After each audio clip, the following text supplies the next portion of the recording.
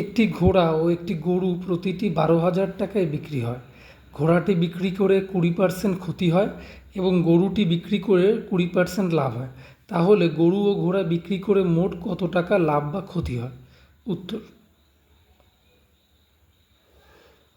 ঘোড়াটির ক্রয় মূল্য নয়, এটা বিক্রয় মূল্য বলা আছে কিন্তু।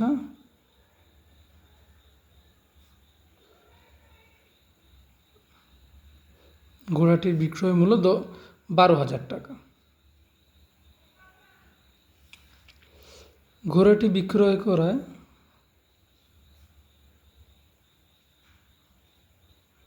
বিক্রি করে 20% ক্ষতি হয়, অর্থাৎ 100 টাকা যদি ক্রয় মূল্য হয়, বিক্রয় মূল্য হবে 100 - 20 অর্থাৎ 80। তাহলে এখানে বিক্রয় মূল্য দেওয়া আছে, ক্রয় মূল্য বের করতে হবে। তাহলে 80 টাকা বিক্রয় মূল্য হলে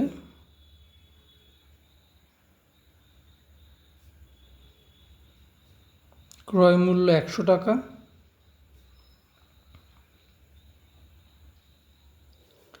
1 টাকা বিক্রয় মূল্য হলে ক্রয় মূল্য 100/80 টাকা। আর এখানে 12,000 টাকা বলেছে বিক্রয় মূল্য।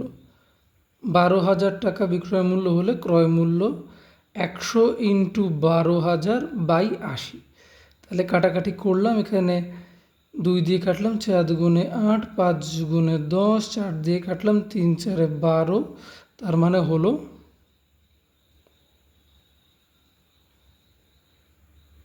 15,000 টাকা। এখানে এই অবধি হলো। এরপরে চলে আসি গরুর ক্ষেত্রে। গরুটির বিক্রয় মূল্য 12,000 টাকা, সেম,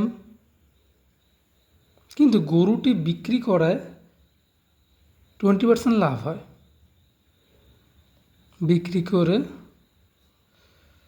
20% লাভ হয়। তাহলে 100 টাকা যদি ক্রয় মূল্য হয়, বিক্রয় মূল্য হবে 120 টাকা। আর উল্টোভাবে লিখতে পারি যে অতএব 120 টাকা বিক্রয় মূল্য হলে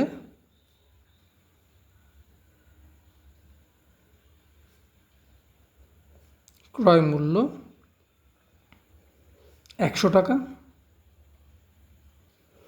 তাহলে 1 টাকা বিক্রয় মূল্য হলে ক্রয় মূল্য 100/120 টাকা। আর এখানে 12,000 টাকা বিক্রয় মূল্য হলে ক্রয় মূল্য 100 × 12,000/120 টাকা = 120 দিয়ে উপরে কেটে যাবে, হবে 100, তাহলে টোটাল হলো 10,000 টাকা। তাহলে সুতরাং মোট ক্রয় মূল্য আগে পেয়েছিলাম 15,000 আর এখানে পেলাম 10,000।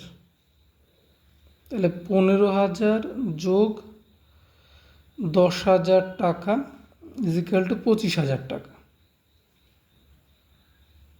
আর মোট বিক্রয় মূল্য, একটা বিক্রয় মূল্য 12,000, একটার 12,000, তাহলে মোট বিক্রয় মূল্য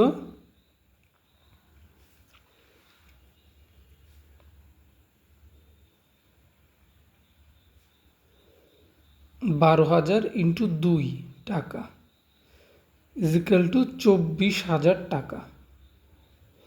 সুতরাং মোট, তাহলে এখানে দেখা যাচ্ছে ক্রয় মূল্য বেশি 25,000 টাকা, বিক্রয় মূল্য কম 24,000 টাকা, তাহলে ক্ষতি হয়েছে। সুতরাং মোট ক্ষতি = 25,000 - 24,000 টাকা = 1,000 টাকা। অ্যান্সার।